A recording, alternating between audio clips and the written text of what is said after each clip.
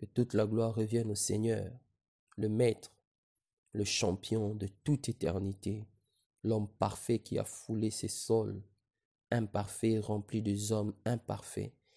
J'ai cité le seul qui a été comme Dieu a voulu que les hommes soient, à savoir Jésus-Christ de Nazareth. Nous, c'est La Croix Ma Vie, cette plateforme qui a pour objectif de présenter la personne et l'œuvre de Jésus-Christ.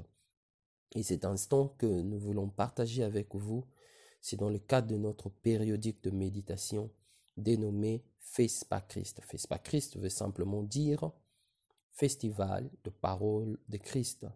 Il y a la joie, croyez-moi, lorsque on a du temps autour de la parole de Dieu pour la méditation, pour la simple lecture, pour une simple réflexion. Et notre FESPA Christ pour cet instant, nous trouvons cela dans l'épître de Paul aux Galates, Galates chapitre 5, le verset 6e. Je vous fais la lecture. Car en Jésus-Christ, ni la circoncision, ni l'incirconcision n'a de valeur, mais la foi qui est agissant par l'amour. Car en Jésus-Christ, ni la circoncision, ni l'incirconcision n'a de valeur, mais la foi qui est agissante par l'amour. J'intitule cette petite réflexion « Le carburant de la foi ». Le carburant de la foi. Bien-aimé, il est clairement dit que la foi est agissant par l'amour. Rappelons un tout petit peu le contexte de ce passage.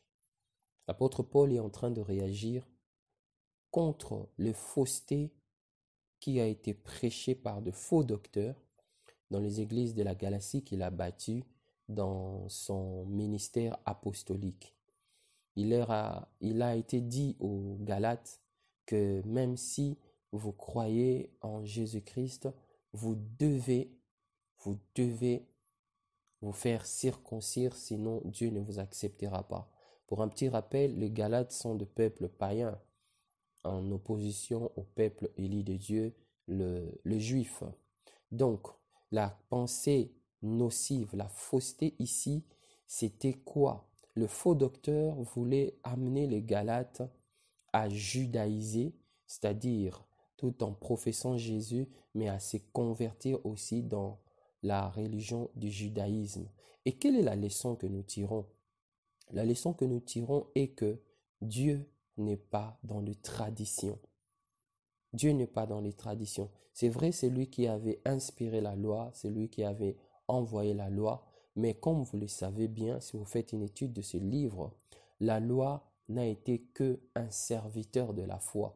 La loi n'a été qu'un précurseur, un préparateur de chemin pour la foi. Ainsi, la foi commence, la vie chrétienne plutôt commence, la marche avec le Seigneur commence lorsque nous parvenons à saisir la grâce de placer totalement notre confiance en Dieu. Et c'est dans ce cadre-là que l'apôtre Paul veut nous dire, nous faire comprendre, nous aussi, à nous qui vivons aujourd'hui, que la seule chose qui doit motiver la foi et qui motive la foi véritable, c'est l'amour. Mais pourquoi c'est l'amour? C'est simplement l'amour parce que autant la foi nous attache à Dieu, nous relie directement à Dieu par le biais de la manifestation de sa puissance et de sa présence, autant l'amour permet à ce que Dieu se manifeste, car Dieu est amour. Ainsi donc, je puis même dire que la foi, du point de vue humain, a pour carburant l'amour. Et l'amour, et la foi plutôt, du point de vue de Dieu, c'est la seule fenêtre qu'il s'est décidé d'utiliser pour se manifester aux hommes. Rappelez-vous ce qui est écrit partout ailleurs dans Marc 10, 27. Il dit par exemple, c'est Jésus qui parle, il dit « Tout est possible à Dieu ». ce qui est impossible aux hommes n'est pas impossible à Dieu, car tout est possible à Dieu. Ainsi donc, celui qui a la foi, il permet à Dieu de se manifester. Rappelez-vous encore ce qui est dit dans Hébreux 11, 6. Or, sans la foi, il est impossible de lui être agréable, car il faut que celui qui s'approche de Dieu croit que Dieu existe. On ne peut pas s'approcher de quelqu'un qu'on n'aime pas. Et la seule manière de nous approcher de Dieu, c'est d'aimer Dieu. Et la seule chose, bien aimé, qui fait que notre foi puisse entrer en action lorsque nous voulons nous approcher de Dieu, c'est l'amour. Si tu n'as pas l'amour pour Dieu, si tu n'as pas l'amour pour l'autre, tu ne sauras pas manifester la foi. Ainsi donc, tu ne sauras pas être agréable à Dieu.